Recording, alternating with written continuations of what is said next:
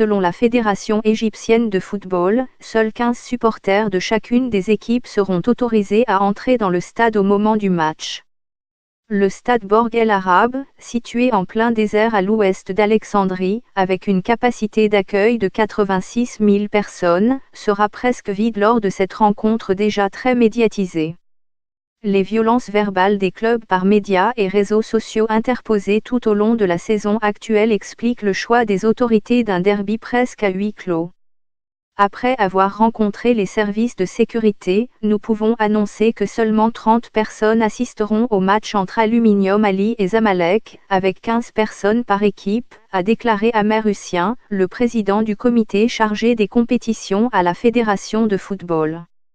Ces rencontres internationales qui font des victimes Égypte, plus de 200 supporters de Zamalek libérés le derby de ce samedi, la plus grosse affiche du championnat égyptien, pourrait bien voir Aluminium Ali rattraper son rival actuellement en tête du classement.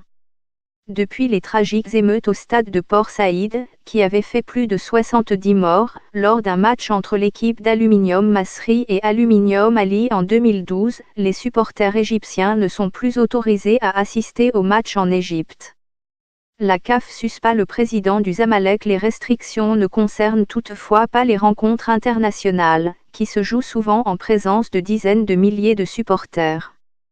Plusieurs démarches ont été menées pour assouplir les restrictions d'ordre sécuritaire, mais les autorités égyptiennes tiennent à limiter le nombre de supporters entre Aluminium Ali et le Zamalek. Les Chevaliers Blancs de Zamalek, leaders du championnat égyptien avec 53 points, sont talonnés par les Diables Rouges d'Aluminium Ali, qui ont obtenu 51 points. Il reste 11 journées à jouer.